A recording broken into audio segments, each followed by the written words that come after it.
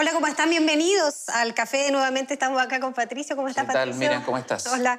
Y tenemos por segunda vez invitado a nuestro programa El Café, profesor, escritor, periodista de la Universidad de la Frontera, Luis Nitro Igual, con quien vamos a conversar sobre este libro, El asalto de la oligarquía. ¿Cómo estás? Hola, Miriam. Muchas gracias por la invitación. Hola, Mato. Oye, esta es la segunda vez porque en la primera oportunidad ya conversamos contigo sobre Vidas de Papel, que también era un libro muy interesante que hacía un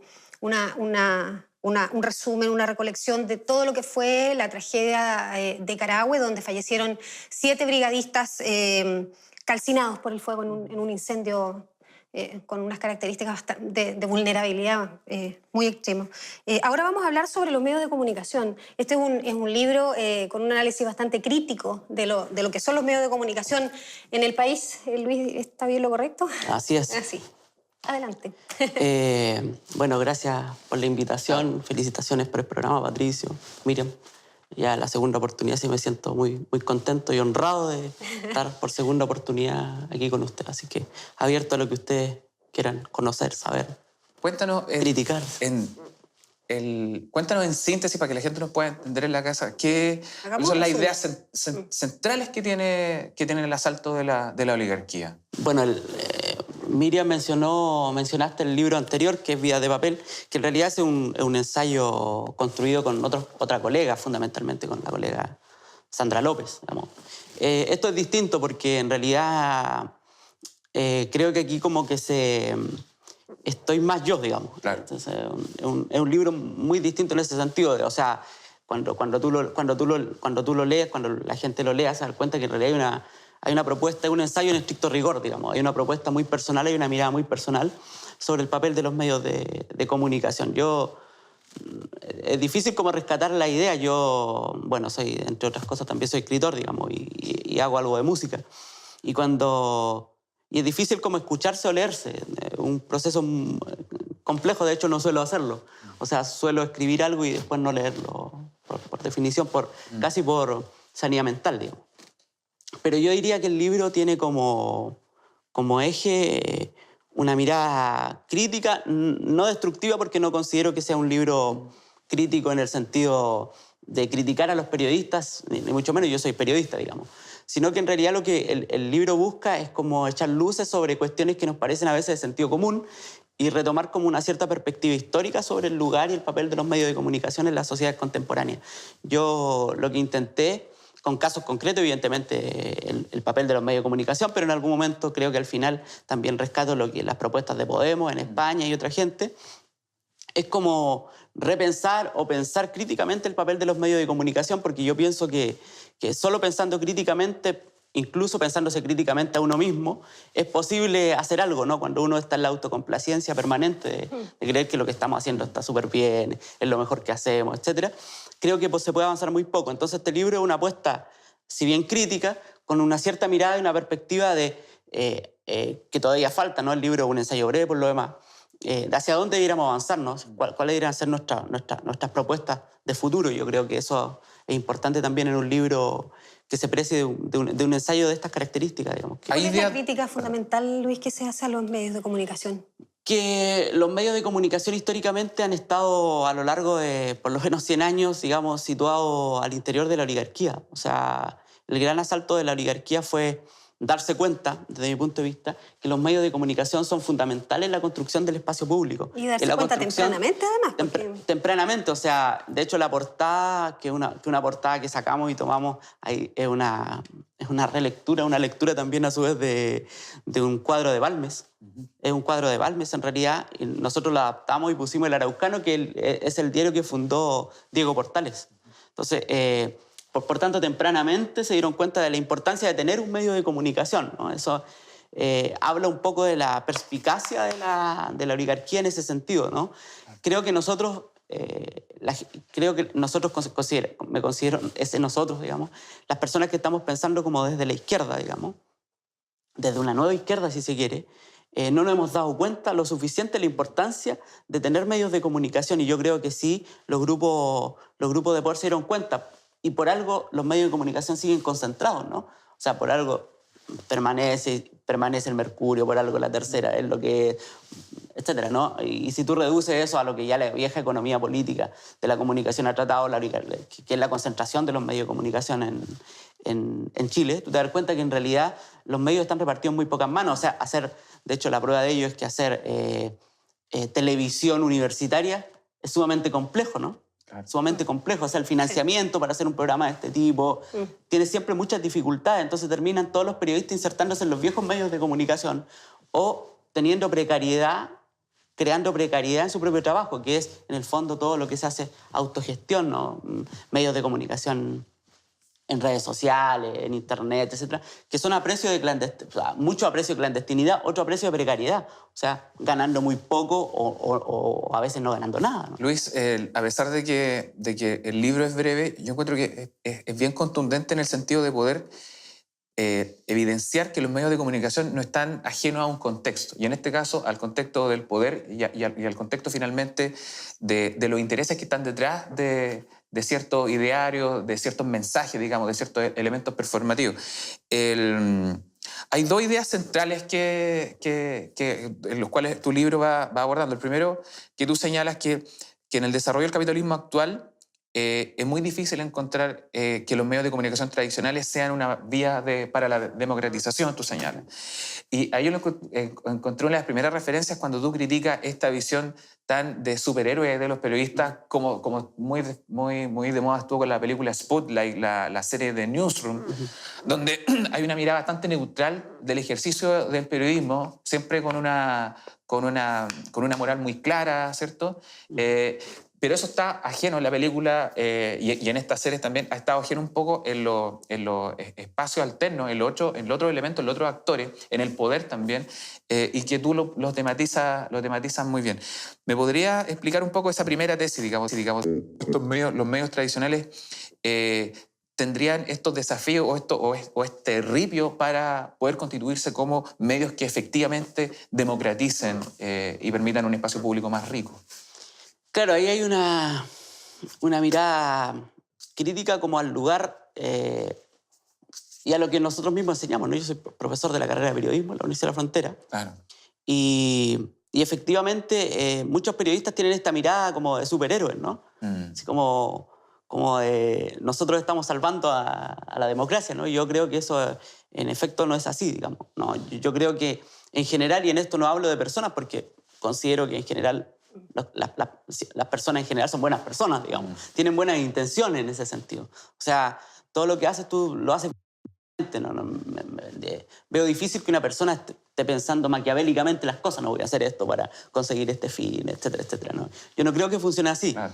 Pero creo que efectivamente la estructura de los medios de comunicación constriñen la propia creatividad de esos periodistas, los cuales terminan haciendo en realidad lo que los medios te piden, ¿no? Hay que considerar también que hoy, de hecho, hay estudios que sostienen eso, que la autocensura es más fuerte que la propia censura, ¿no? Sí, de todas maneras. En los medios tradicionales eso es muy común porque en el fondo un periodista que entra a la cadena del Mercurio sabe que está trabajando para Edward y sabe quién es Edward. Claro, lógico. Entonces tú no necesitas que un jefe la vieja lógica, ¿no? De pensar que hay un editor o un director que viene y, no sé, te regaña porque haces determinada cosa. Yo pienso que no funciona tan así, que en realidad la gente termina no haciendo por permanecer en su trabajo, lo cual es muy entendible. O sea, es muy humano, ¿no? Todos queremos tener Quiero contextualizar eso. Tú señalas, a propósito de eso mismo,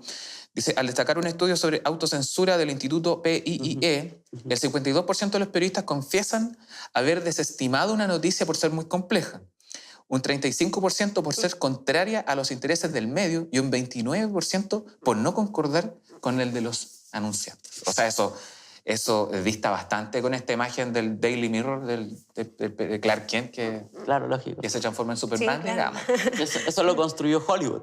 Esa es la mirada de los periodistas Hollywood, digamos. Y tú te lo vas a encontrar repetido en distintas películas, digamos. Y eso ha ido instalando la idea que terminamos creyéndonos los propios periodistas, ¿no? De que nuestra función es como una función salvadora de la sociedad. Y yo pienso que no, que los periodistas en principio son trabajadores.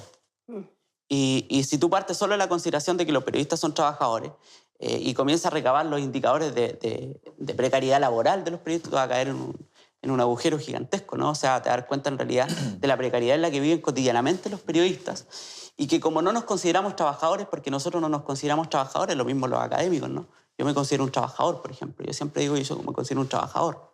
Soy un trabajador como cualquier otro. O sea, mi auto está hipotecado, tengo que pagarlo mensualmente. Mi casa tengo que pagar la hipoteca mensualmente. Tengo que pagar la educación de mi hijo, etcétera, etcétera, etcétera. O sea, soy un trabajador endeudado como cualquiera. Si yo no parto de esa consideración, entonces está como esta idea de la clase media, ¿no? Así como todos somos de clase media. En realidad somos de clase media endeudada, ¿no? En realidad nuestro acceso nuestra construcción como clase media el acceso al consumo, pero el consumo hoy es crediticio fundamentalmente, ¿no? La gente puede viajar a Cancún porque puede ir a Falabella y sacarlo en 36 cuotas, ¿no? Entonces, y por tanto, por 36 meses va a tener que estar pagando ese viaje. Y esa misma precariedad que también existe en los periodistas y en un montón de otras profesiones, digámoslo, también tiene que ver con el desarrollo del capitalismo neoliberal. O sea, en el libro tú también abordas lo difícil que es poder tener espacios de participación en medios comunitarios, digamos, o en otro tipo de alternativas, las cuales finalmente se van transformando como un embudo en los medios tradicionales,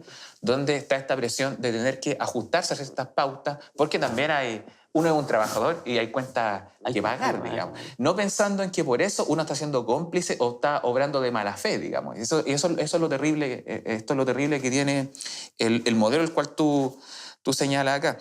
Luis, pero dentro de la... Tú también, digamos, en ciertas fases del libro, tú haces una crítica, o una reflexión más que una crítica, sobre la complicidad que están teniendo las escuelas de periodismo en no entender finalmente que estas mismas carreras están siendo cómplices o bien no están abordando esta forma de hacer medios de comunicación en contextos de poder y en contextos de una generación de periodistas en medios de comunicación que están sujetos a una determinada oligarquía o determinado pensamiento. ¿Cuál es tu visión sobre la manera en que en Chile las universidades están formando periodistas? Bueno, eso, ahí habría que volver un poco sobre cómo se gestó el libro en realidad. Pero brevemente, ¿no? O sea, el libro en realidad surge como de reflexiones fragmentarias. De hecho, estoy en la construcción de un nuevo libro que se llama Fragmentos, de hecho. Y es como, han sido como fragmentos de reflexión en distintos lugares. O sea, he reflexionado esto, por ejemplo, algunas de estas cosas en Le Monde Diplomatique, he reflexionado esto en cooperativas, en distintos medios donde he podido intervenir, digamos. Entonces, muchas de estas reflexiones sobre los medios de comunicación surgieron de esas experiencias y de experiencias vinculadas también a conferencias que dicté en distintas universidades en Chile y en España.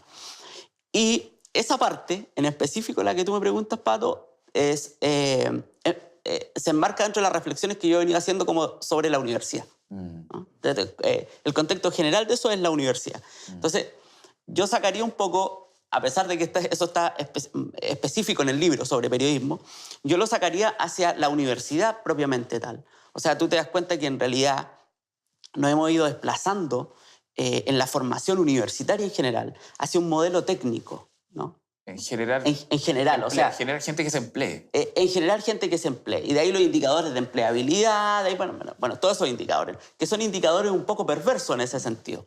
Son perversos en el sentido de que cabe preguntarnos si la universidad en realidad está llamada a formar sujetos, a formar individuos o trabajadores, ¿no? Pareciera que hoy nos hemos desplazado hacia una cuestión puramente técnica, enseñarle a los estudiantes, y vamos al caso periodismo, ¿no? Cuestiones puramente técnicas, ¿no? Entonces tiene que saber cómo usar una cámara, tiene que saber, no sé, el último modelo de programa de edición. Pero yo me pregunto si en realidad eso es menor en relación a formar a un individuo que sea capaz de pensar prospectivamente y críticamente, ¿no? Y esto yo lo llevo a la formación universitaria en general. No, creo que es un problema de la universidad. Y he reflexionado sobre eso, por ejemplo, en algunos lugares señalando que si seguimos en ese modelo, los más perjudicados siempre vamos a ser los del ámbito de las ciencias sociales, ¿no? Prueba de ello es que han ido paulatinamente disminuyendo las tasas de postulación, de matriculación, hacia carreras del área de las ciencias sociales. ¿Qué decir de las humanidades, no? Hay gente que ya no le encuentra sentido estudiar, no sé, arte. Sin embargo, a mí me parece trascendente como- estudiar arte. Es como un hobby de rico. Es como, exactamente, entonces Claro. termina siendo como los supercasos terminan estudiando eso, ¿no? Porque tienen tiempo y plata Porque para tienen hacerlo. tiempo Claro. pero el resto de la gente no se puede arriesgar a eso. Y el arte y la humanidad son también bastante revolucionarias y forman y crean sociedad, digamos. Lógico. Y ahora están sujetas por digamos, el contexto de negocio en que están las universidades, van dejándolas como cierta carrera de nichos que para una persona, digamos, que desea ingresar se transforma ya como en algo que no va a tener ninguna rentabilidad, lo cual no me va a permitir generar un empleo y prefiero yo irme quizás por una carrera más segura como derecho, digamos, o ingeniería, Claro. etc. Quisiera también comentarte unos datos bien terribles que tú sacas acá a colación, que son los de desconfianza en los medios. Tú citas a la Universidad de Portales y habla de que durante el 2008 al 2014 la televisión pasó de un 41 a un 14% de confianza entre la ciudadanía. A los diarios, dices tú, les ocurre idéntico fenómeno. En 2008 cayeron a un 38% a un 23%. Y la radio, que son el medio que parece que más se mantiene, de un 54% a un 40%. ¿Qué está pasando entonces con los medios de comunicación y finalmente con la confianza que están generando Por los en la tradicionales, ciudadanía? porque Claro. en realidad yo creo que la gente también tiene, como ha tenido acceso a información redes a través de las redes sociales. sociales, tiende a comparar, oye, esto Claro. que es importante, no lo vi en las noticias. Influye un poco eso, me imagino, ¿no? No, hay todo un proceso de transformación ahí de la esfera pública. Sí. O sea, hay un proceso de transformación fundamentalmente hacia Internet. Es decir, Claro. Internet ha ocupado un espacio que los medios tradicionales tenían copado desde hace más de 100 años. Entonces, hay un proceso de transformación en ese aspecto técnico, digamos, técnico, tecnológico. Pero también yo creo que hay un proceso de desgaste, bueno, esto lo están mostrando distintos investigadores en distintos lugares, digamos, de desgaste de todas las instituciones paradigmáticas, digamos. Y dentro de las instituciones paradigmáticas, por cierto que están los medios de comunicación, pero ahí tú tienes que insertar todo el desprestigio, todas La iglesia, los militares, el Estado, claro. las instituciones políticas. Claro. Hay una crisis Hay general. una fractura de confianza. Hay una fractura general en la confianza de la gente que se muestra también en los medios de comunicación. Es decir, yo creo que la gente en general De alguna duda manera de lo que escribe La responsabiliza un Tercera, duda de lo que poquito, escribe El ¿no? Mercurio. ¿Cómo? Responsabiliza un poquito a la gente, a los medios, que ha ido sabiendo, digamos, uy, estaba pasando esto y nunca nadie lo Claro, dijo. claro. Entonces, como que ese rol posiblemente que señalabas tú de superhéroe social se va derrumbando Se va a medida derrumbando, que se claro. va teniendo más acceso, sí. Y vamos poniéndole parche a eso, ¿no? Entonces empieza a pareciera más películas sobre esa cuestión, ¿no? Así como reforzar esa idea que pareciera interesarle también a la élite, de que efectivamente nosotros creamos que tenemos un papel tan relevante, digamos, en la sociedad y finalmente... Es una buena forma de mantener cierto equilibrio, Lógico, generando la idea de que hay posibles vías de solución o de escape o de denuncia Claro. que finalmente están bastante controladas. Sí. Otro de los aspectos que a mí me interesó mucho es que tú señalabas que, si bien recuerdo, que los medios de comunicación finalmente funcionan de contrahegemónica cuando sienten amenazada su existencia. Y eso ocurre fundamentalmente en dictaduras, digamos, ¿cierto? Te pregunto yo, doctor Nitro, igual, ¿es tan catastrófica tu visión? O sea, que los medios no podrían funcionar de contrahegemónica solamente en este contexto de sentirse vulnerados. Es como yo creo que es como la hipótesis más del libro, escuchada así, digamos. Que como digo, no solo releer lo que escribo, ni escuchar ni escuchar lo que toco. No suelo hacer eso, me da un poco de pudor. Pero escuchado así, sí es como yo creo que es la hipótesis más interesante del libro, la verdad.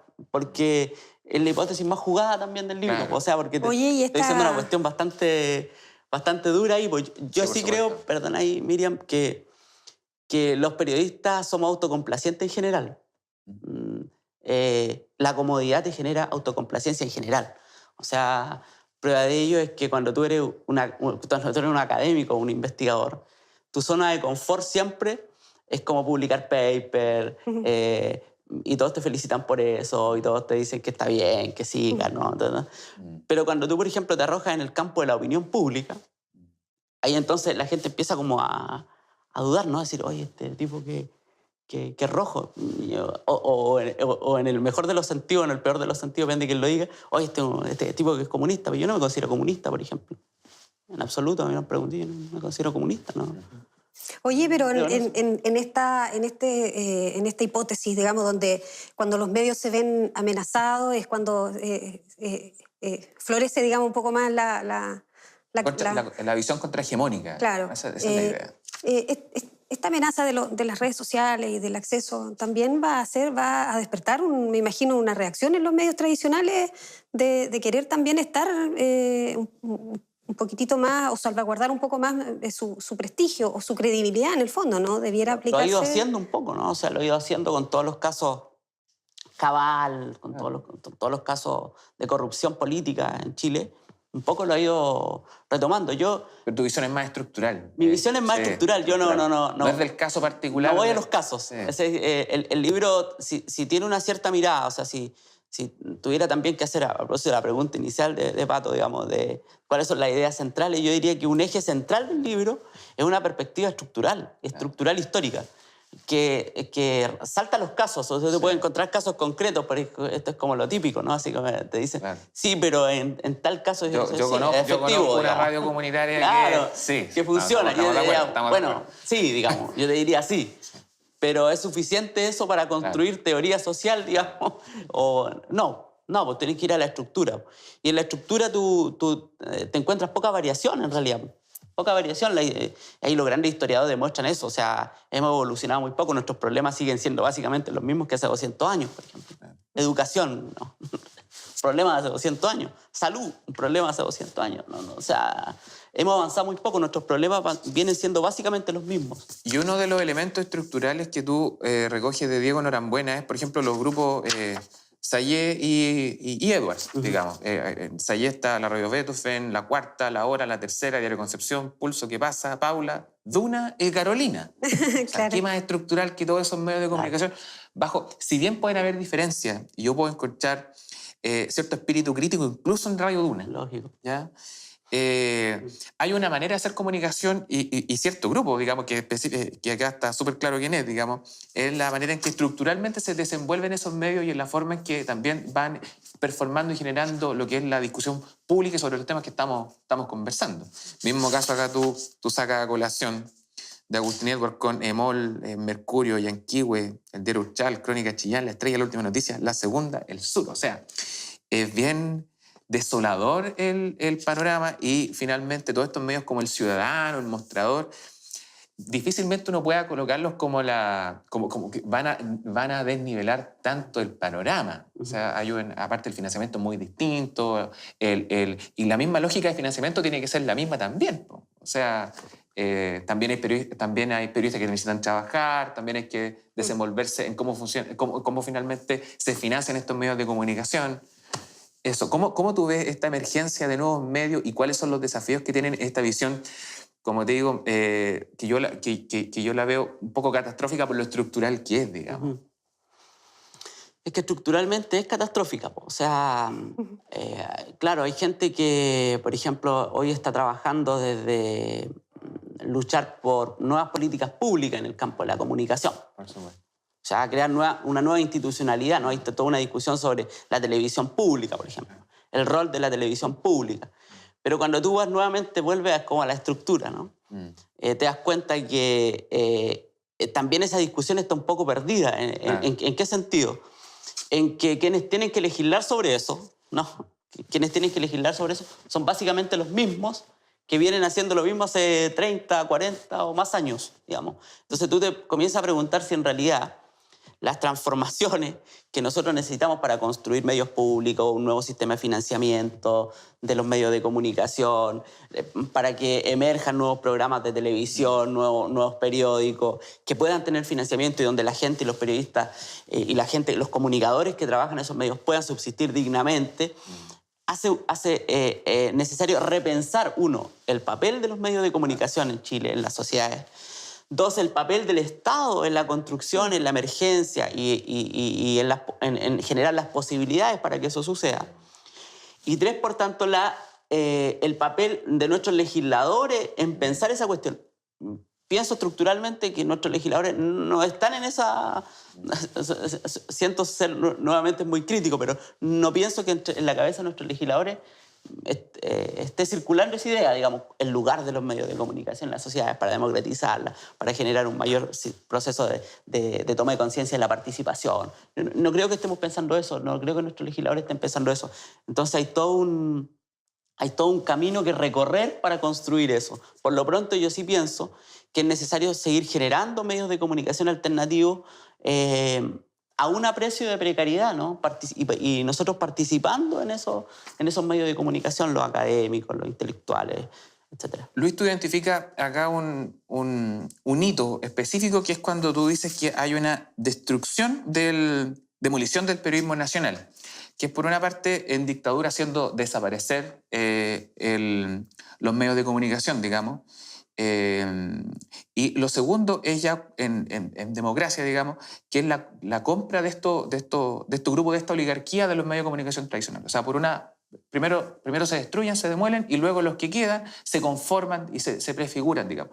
A mí me recordó mucho un libro de tu colega, de Javier Rebolledo, de A la sombra de los cuervos, donde él habla que finalmente cómo el clan Cast y el clan Mate estuvieron vinculados como civiles en dictadura, digamos, y cómo después esos mismos grupos van adquiriendo y van consolidando ciertos medios de comunicación, ciertas empresas estratégicas, y hay una red que hace bien difícil diferenciar lo que muchas veces se repite como mantra, que por una parte en la dictadura, si bien hubo violación a los derechos humanos, también hubo desarrollo, crecimiento económico, y ambas cosas en realidad no se pueden diferenciar. Es decir, el neoliberalismo en Europa no entró por los sindicatos, digamos. Acá poder instalar un modelo económico en dictadura era muy fácil porque finalmente el que se oponía lo mataban.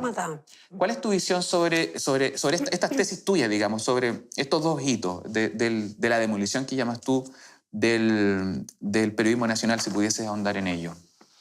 Bueno, como bien tú dices ahí, bueno,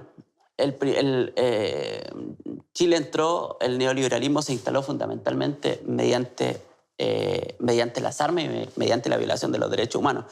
En absoluto creo en esa vulgata neofascista que señala que hubo crecimiento económico durante la dictadura, digamos. Y se dice mucho, ¿eh? Creo que Es que es como la forma como de compensar. Es como la gente siempre te lo saca, no, pero ahí no hay compensación posible, digamos. Sí, pero eso no hay compensación posible en ningún régimen, digamos. Sea la dictadura neoliberal de Pinochet, o sea en un régimen rojo, digamos. Claro. No hay compensación posible, digamos. Los asesinatos de gente y la violación de los derechos humanos y las torturas ejecutadas aquí fueron de una violencia, de una brutalidad tal que yo creo que permanecen como registro hasta hoy. En el miedo de la gente a movilizarse, en el miedo de la gente a pensar críticamente, ¿no? Cuando yo escribo estos libros, o columnas, cosas así, no suelen aparecer, por ejemplo, la gente que le dice a mi papá, no sé, o a mi señora, ¿no? Oye, que tenga cuidado por las cosas que está escribiendo.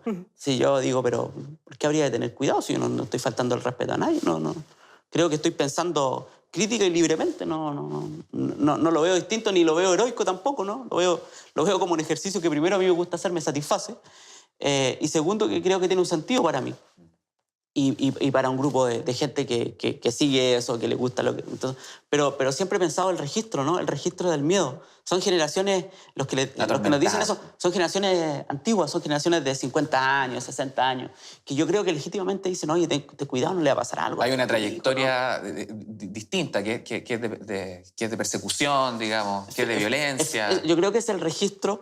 Claro. Es el registro que hoy pareciera que se está perdiendo. Eso te iba a preguntar, las nuevas generaciones, ya que tú eres profesor de la Escuela de Periodismo acá en la Universidad de la Frontera, estas nuevas generaciones, digamos, presentan esas limitaciones, digamos. Aún hay registros de eso, se puede observar, pero por ejemplo yo creo que los jóvenes cada vez van perdiendo eso.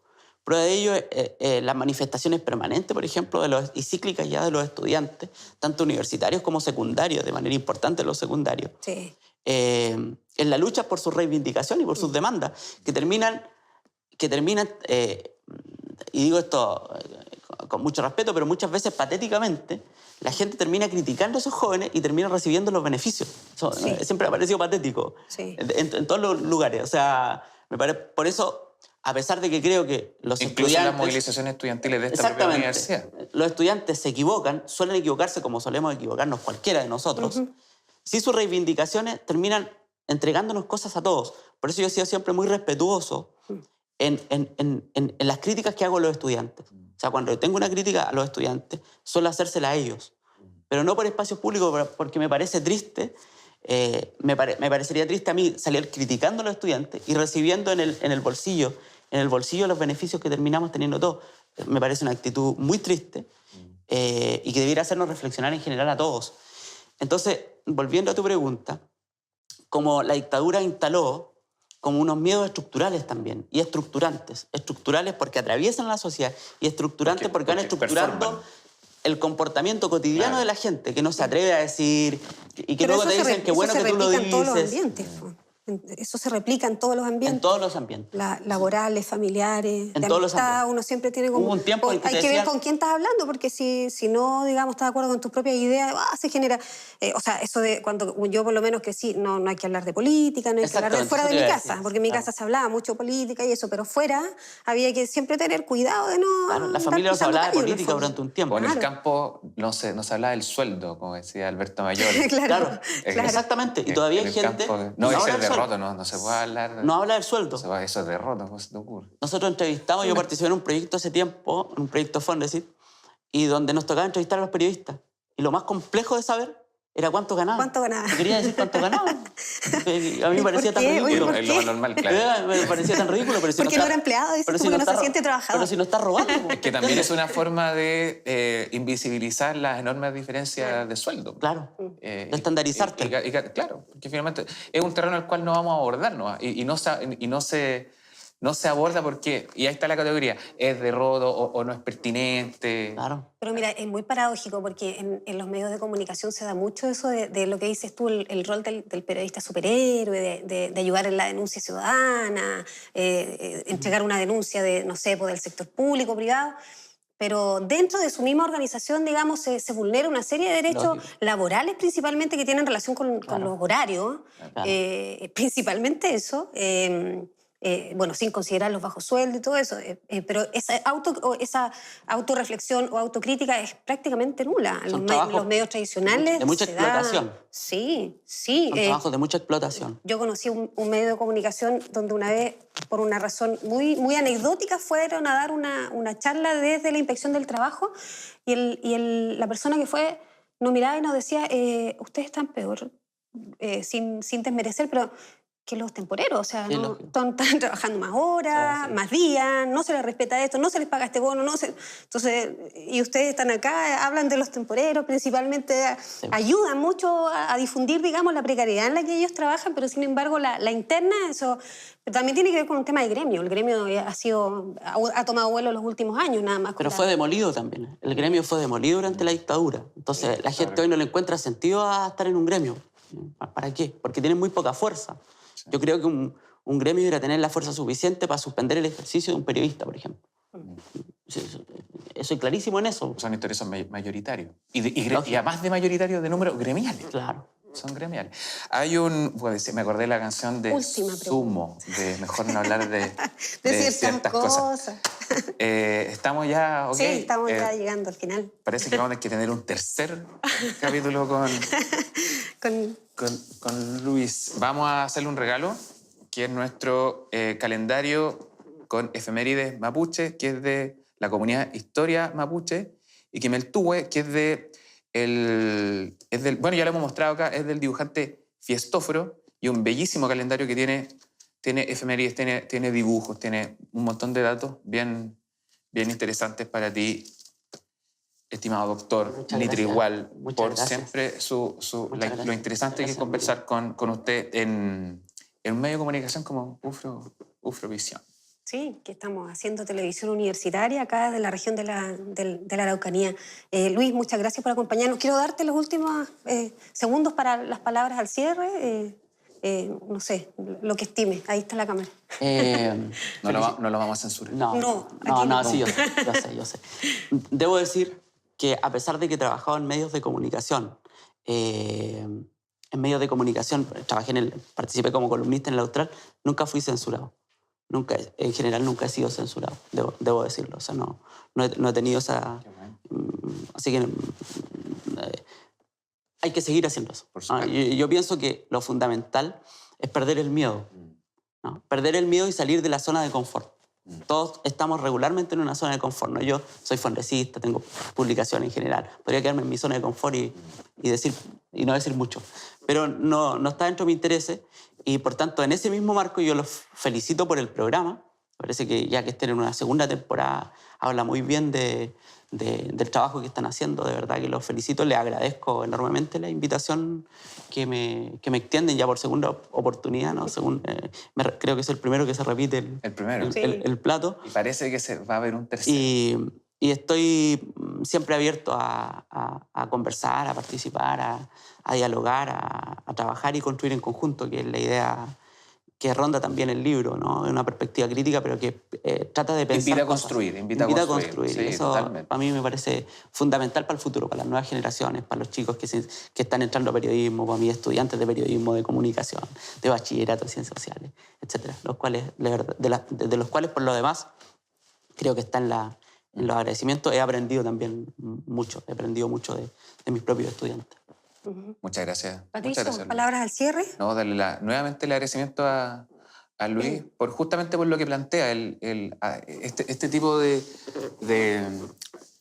libro tiene que ver con los intereses programáticos, temáticos, compromiso político que también tiene Luis, que es justamente una expresión de salir de ese espacio de confort que dices. O sea, esto no es un artículo indexado. Esto es un libro que está hecho para poder ser leído y discutido, digamos. Así que lo recomendamos, por supuesto. Totalmente.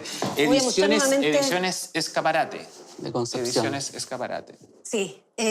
Solamente me quedo con la reflexión de la autocensura, que debemos, me imagino, todos, en la que todos debemos trabajar, no solamente periodistas, sino que en general en todos los campos laborales, para que se vayan generando nuevas sinergias y se vayan abriendo espacios. Muchas gracias por acompañarnos acá en el café. Gracias, Luis. Gracias.